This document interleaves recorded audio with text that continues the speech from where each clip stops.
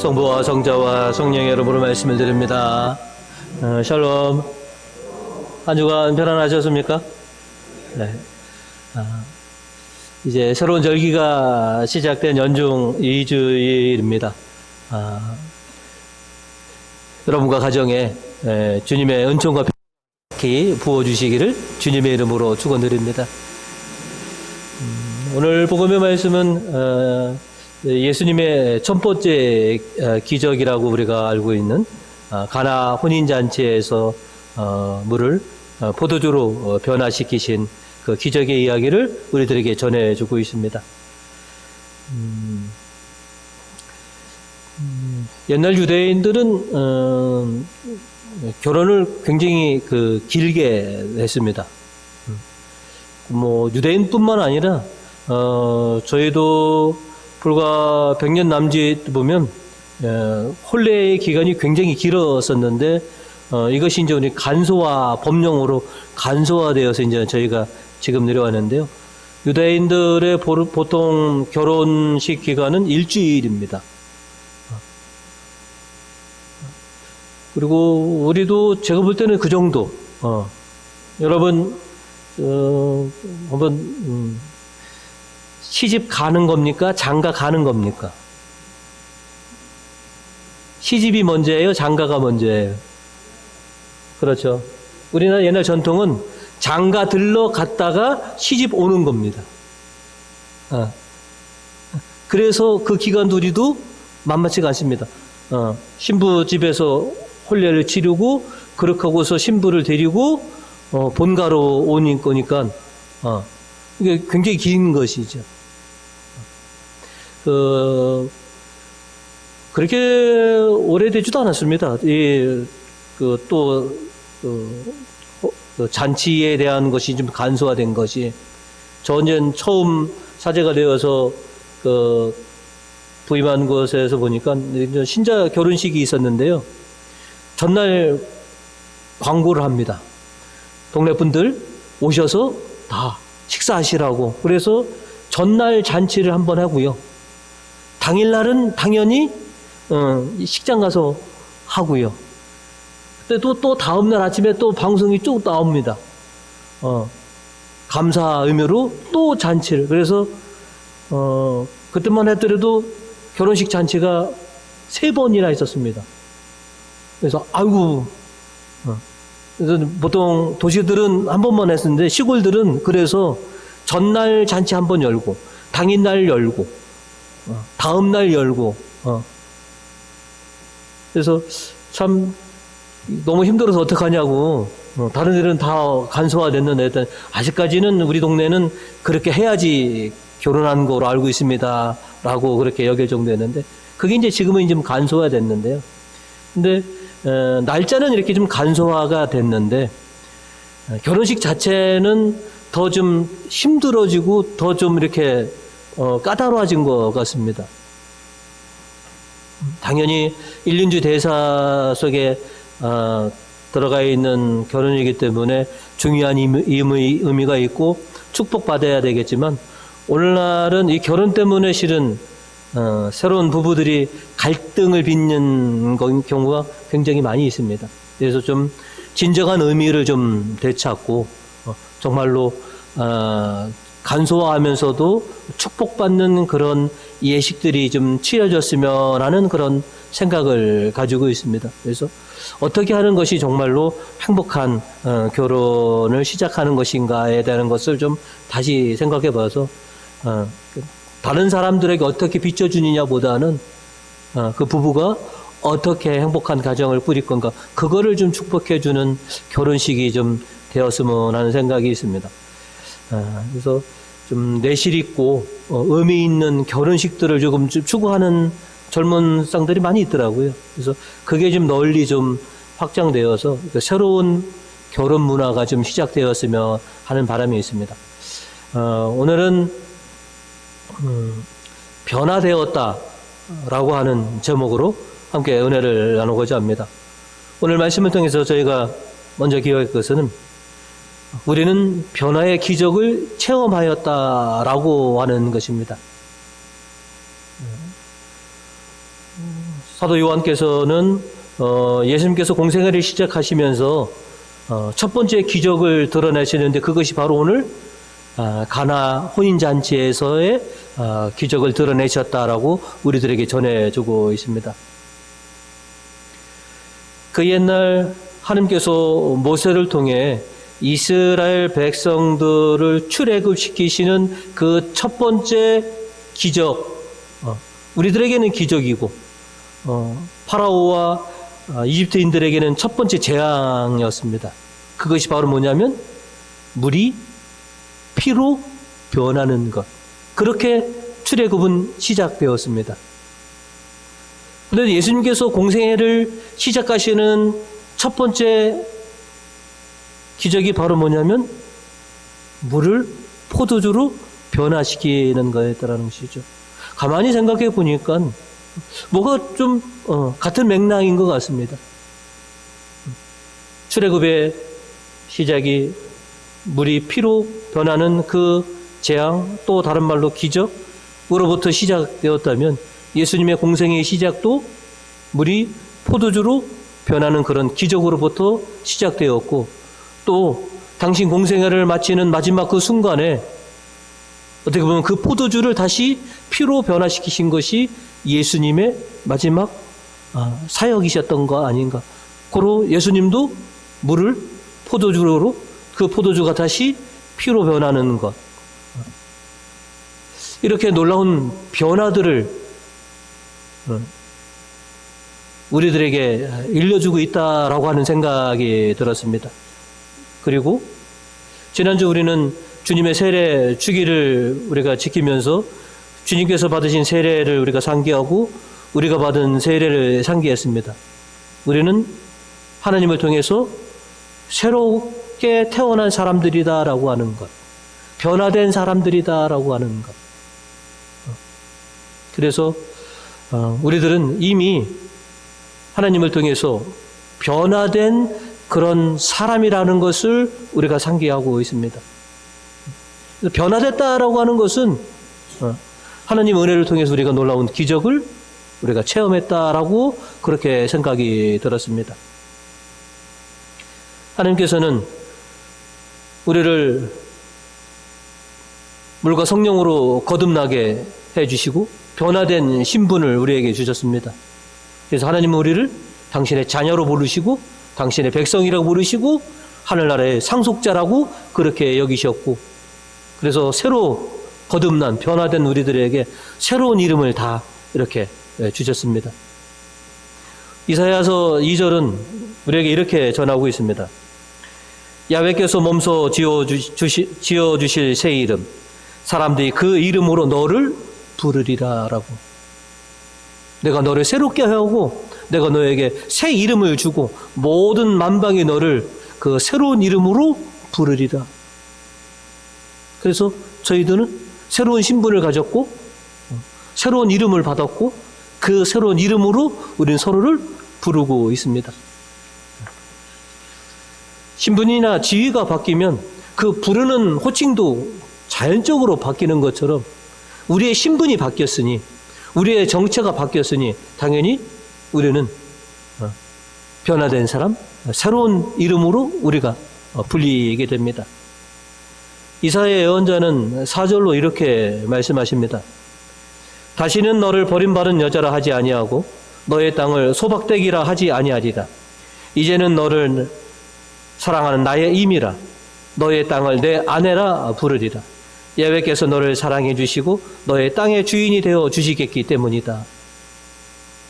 버림받은 여자, 소박대기라고 불렸던 것을 하나님께서는 사랑하는 임으로 내 아내로 그렇게 변화시켜 주셨다라고 하는 것이죠. 저와 여러분도 그렇게 하나님께서 변화시켜 주셨다라고 하는 것이죠.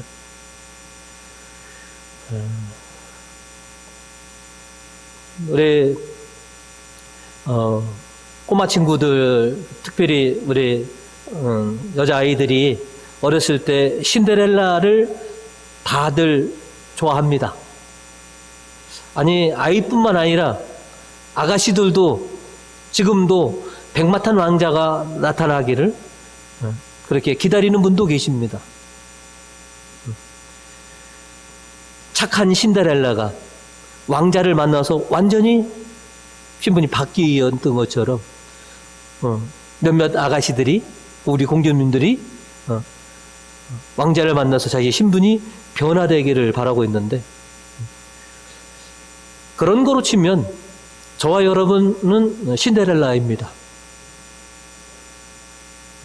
비천한 우리였는데 신랑 대신 예수님을 만나서 우리가 완전히 변화된 사람이 되었으니 우리가 신데렐라다라고 생각이 들었습니다. 만왕의 왕을 만나서 그분과 깊은 관계에 있으니 당연히 우리의 정체성이 변화였고 신분이 변화되었습니다. 참 사람 쉽게 변하지 않는다라고들 누누이 다 얘기하십니다.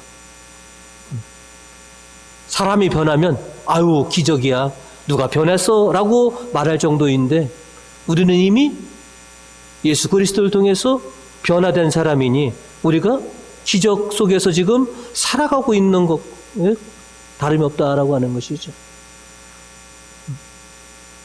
사람이 변하면, 뭐 옛날 어르신들을 그렇습니다. 쉽게 안 변하시려고, 사람이 변하면 죽는데, 이미 우리는 물에서 한번 수장돼서 죽었습니다. 그리고 다시 태어나서 새 사람으로 살아가고 있고, 예수님께서는 우리를 그렇게 변화시켜 주셨고, 새로운 신분으로, 새 이름으로 살아가게 해 주셨다라고 하는 것이죠. 그래서 우리는 지금 기적 속에서 살아가고 있는 것입니다. 하나님께서 나를 변화시켜 주셨다. 나의 정체성과 나의 신분을 변화시켜 주셨으니 이제 예수 그리스도의 신부답게, 하나님의 백성답게 그렇게 내가 살아가야지라고 하는 것, 그것이 정말로 복되게 살아가는 길인 줄 우리는 잘 알고 있습니다.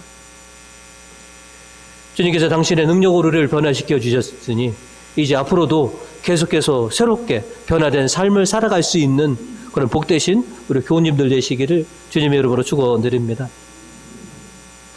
오늘 성경은 저희가 두 번째로 가르쳐주는 것은 우리들의 처한 사정을 주님께 고하여라 라고 하는 것이죠.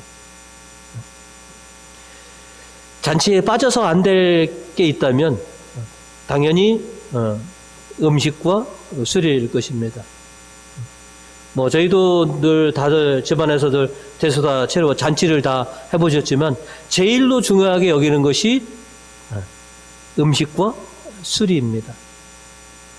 일주일 동안 잔치가 벌어지기 때문에, 그죠?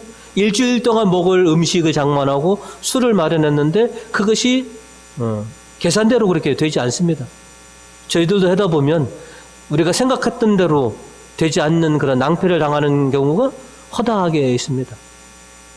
오늘 가나의 혼집도 마찬가지였습니다.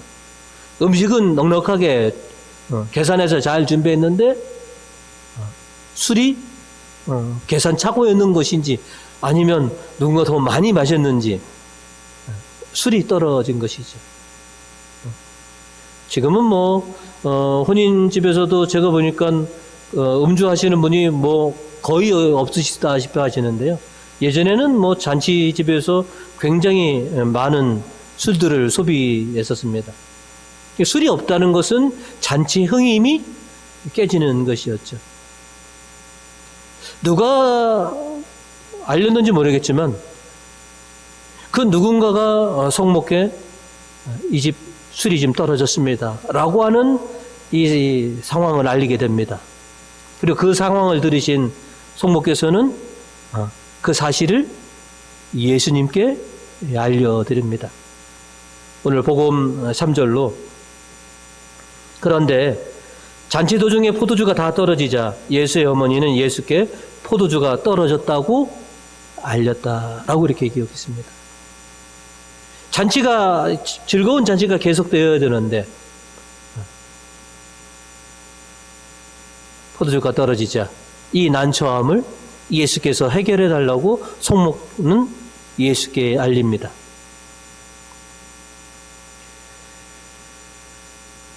우리도 우리가 살아가는 상황 속에서 우리가 처해 있는 상황과 처지들을 늘 주님께 알려왔습니다. 주님께 먼저 알려야 됩니다. 될 수 있으면 본인이 알리는 것이 가장, 주님 제가 이런 상황에 놓여 있습니다라고 알리는 게 좋고, 그렇지 못하더라도 주변에 있는 누군가가 주님께, 주님 누군가가 이런 어려움과 이런 아픔에 처해 있습니다라고 알리는 것이 정상적인 거다라고 하는 것이죠. 전능하신 주님, 우리가 어떤 상황과 어떤 처지에 놓여 있는지 다 아십니다. 그러나 그 상황에 처해 있는 우리가 당신께 고하기를 기다리고 계십니다. 네 입으로 나에게 알려라. 여러분들도 아마 그러실 것입니다. 누군가의 얘기를 통해서 누군가가 어떤 상황에 처했지만 짐작 본인의 입으로 그거를 고하기를 기다린 적이 여러분 분명히 계셨을 겁니다. 주님이 가나의 이 잔치집에 지금 어떤 상황에 처해 있는지 왜 모르셨겠습니까? 아셨을 거라고 저는 생각이 됩니다. 하지만 누군가가 그 상황과 처지를 당신께 알리기를. 우리가 지금껏 우리 일신상에 어떤 문제가 있을 때, 어려움이 있을 때, 고통이 있을 때 우리는 항상 주님께 알려왔습니다. 참으로 잘한 일입니다. 왜? 우리를 사랑하시고 우리를 측인히 여기시는 분이 우리의 사정을 나몰라라 하시는 분이 아니라 기꺼이 우리의 처지에 개입해 주시는 그런 주님이시라는 걸 알기에 우리는 늘 고해왔습니다. 구약 유디서 4장 13절에는 우리에게 이렇게 전하고 있습니다. 주님께서는 그들이 부르짖는 소리를 들어주시고 그들이 괴로워하는 모습을 보시고 측은히 여기셨다라고 말입니다.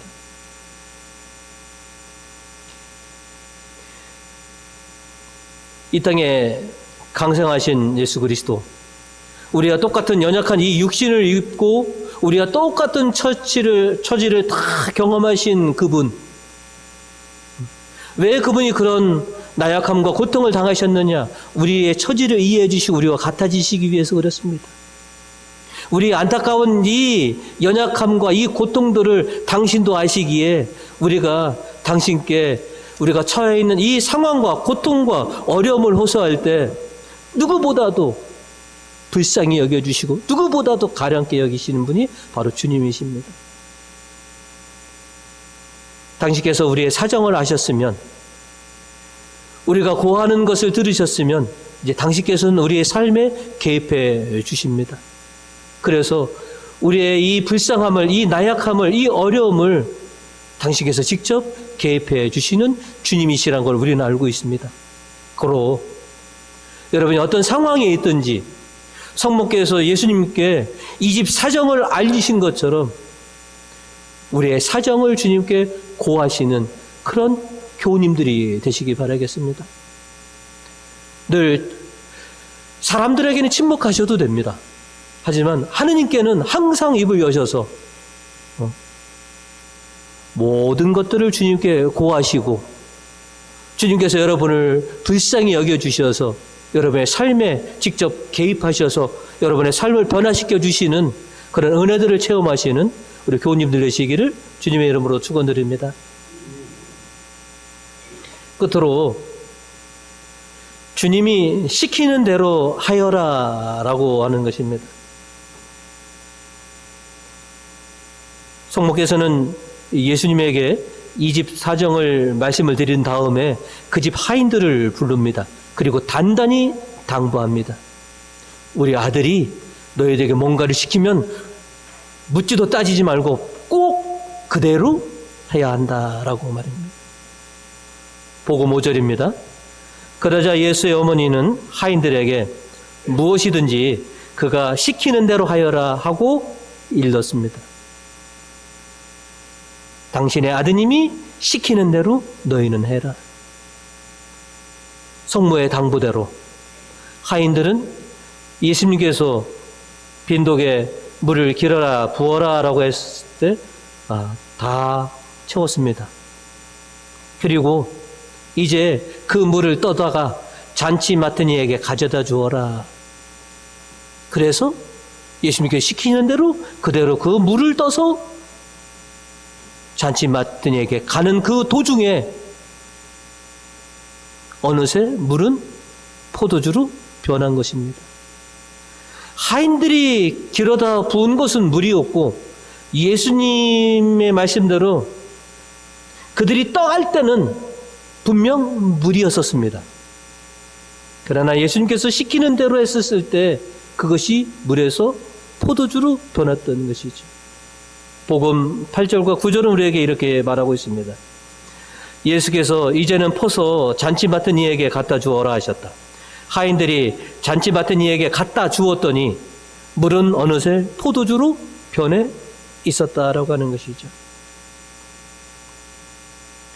그저 하인들은 예수님께서 시키시는 대로 그렇게 했더니 물이 포도주로 변해 있더라라고 하는 것이죠. 이렇게 시키는 대로 순종하는 것, 이것이 어떻게 보면 놀라운 기적을 불러오고 은혜를 우리에게 가져다 준다는 것이죠. 예수님께서 행하신 이 첫 번째 기적만이 그렇지가 않습니다. 예수님께서 우리에게 드러내신 수많은 기적들, 능력들, 은혜들 다 주님께서 시키시는 대로 했더니 놀라운 일들이 일어났다라고 하는 것이죠. 주님의 말씀대로 하는 것, 주님께서 시키신 대로 하는 것, 그것이 기적을 불러오고 그것이 은혜를 불러오더라라고 하는 것이죠. 그래서 저도 성경을 잘 모르니까 인터넷에다가 제 주석서에다가 검색을 했습니다. 시키는 대로 하여라라고 딱 엔터를 치니까 구약에서 신약 전체에 시키는 대로 하여라라고 구절이 25번 딱 나오더라고요. 전체에 시키는 대로 하여라 라고 하는 구절이. 그리고 비슷한 말이 하나 있습니다. 마르코복음 2장 11절로 중풍병자에게 건네신 주님의 말씀입니다. 내가 말하는 대로 하여라. 일어나 요를 걷어가지고 집으로 가거라 하고 말씀하셨습니다. 그래서 이 중풍병자는 예수님이 말씀하시는 대로 일어나서 요를 걷어가지고 집으로 갔습니다. 내가 말하는 대로 하여라. 성모께서 우리 아들이 시키는 대로 하여라 라고 똑같은 말씀이었다는 것이죠. 이렇게 주님의 말씀대로 주님께서 시키시는 대로 하여라 라고 하였을 때 놀라운 변화들, 능력들, 은혜들이 그렇게 일어난다라고 하는 것이죠. 예수님 당신도 그러셨습니다. 아버지의 뜻대로, 바람대로 이 세상에 강생하셨고 아버지께서 시키시는 대로 당신은 순종하셨습니다. 아버지의 명이시고 아버지의 뜻이었으니. 하지만 늘 수동적인 순종만은 아니었습니다. 당신의 마음과 당신의 뜻을 합해서 능동적으로 아버지의 그 명령에 당신도 기꺼이 합의가 하셨던 것이지.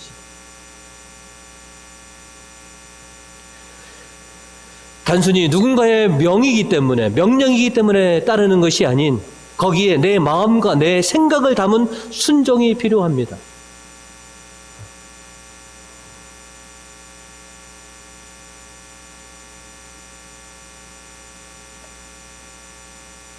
우리들이 안타까운 것이 하나가 뭐냐면, 신부님, 애가 주일학교 땡길 때만 해도 말을 참 잘 들었습니다. 이런 가정이 엄청나게 많습니다. 그런데요, 머리가 좀 컸다고 이제는 말을 안 들어요. 주일학교 땡길 때까지는 뭐냐면 부모의 말씀에 잘 순종했는데, 시키는 대로 다 했는데, 이제는 머리가 굵었다고, 이제는 같이 성당 가자고 그래도 말을 안 들어요 라고 하십니다. 초등학교 때까지는 뭡니까? 수동적으로 그저 명령이니까 순종하신 거고, 이제는 내가 판단, 내 뜻대로 보니까 그거보다 내가 더 좋은 것이 있습니다. 그래서 말을 안 듣는 거 아니겠습니까? 이젠 우리도 사랑하는 머리가 굵고 머리가 큰 우리의 가족들이 이제 본인의 마음과 생각을 통해서 주님의 말씀을 내가 잘 받아들여야 되겠다라고 하는 그런 순종의 마음을 우리가 키워줘야 합니다. 지금은 세상의 가치와 세상의 판단과 세상의 목표를 향해서 이끌려 가지만 언젠가는 주님께 또 성령께서 이끄시는 대로 이끌려오는 그런 가족들이 되기를, 그렇게 순종하는 가족들이 되기를 우리가 그렇게 일궈내야 하는 것이죠. 바오로 사도는 오늘 이 독서 2절로 우리에게 이렇게 말씀하고 있습니다. 아시다시피 여러분이 이교도였을 때에는 헛된 우상에게 매여서 우상이 하자는 대로 끌려다녔습니다.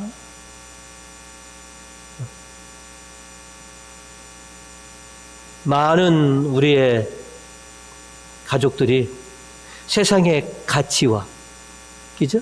세상의 판단에 이끌려 다닙니다. 주님과 성령이 이끄시는 대로가 아닌 세상 것을 추구하고 세상에 끌려다니는데, 이제는 그런 가족들에게, 그런 주님의 백성들에게 주님의 말씀대로 한번 해봐라.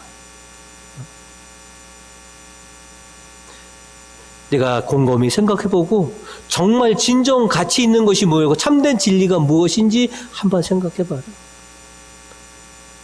주님 말씀대로 우리가 따라가는 것, 주님께 순종하는 것, 참 영원히 없어지지 않는 가장 귀하고 복된 것이다 라고 우리가 일깨워줄 필요가 있는 것입니다. 그리고 우리 스스로도 항상 주님께서 시키시는 대로 따르고자 하는 이 순종적인 마음을 우리가 가지고 우리가 먼저 행해야 한다는 것이죠.